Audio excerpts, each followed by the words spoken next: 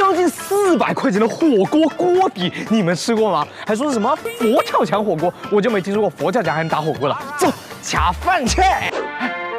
这里还有旗袍可以换呀。那这去点赞10万，你不意思一下？你看到没？外面那个装修就是很精致的那种港式复古装修，感觉我在这里面就有点像一个大老爷，你就是我的二姨太。我在里面还小姐姐在拍照。哎，你别那么明显。我还看了一下，他们这边招牌就是这个368的佛跳墙锅底，还有一个38的发财流沙包，剩下咱们就随便点点。您好，这是我们主打的佛跳墙锅底，由鲍鱼、海参、花椒等11种食材熬制15个小时而成。就这要328，就这。现在店家定价的这么黑的吗？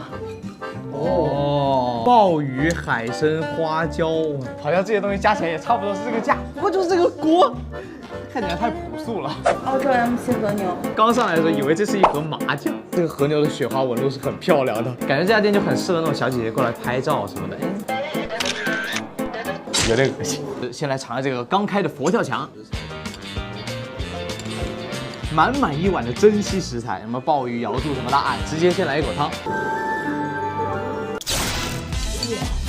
这个汤巨鲜巨浓郁，然后你看，它有点偏胶质感，好稠啊！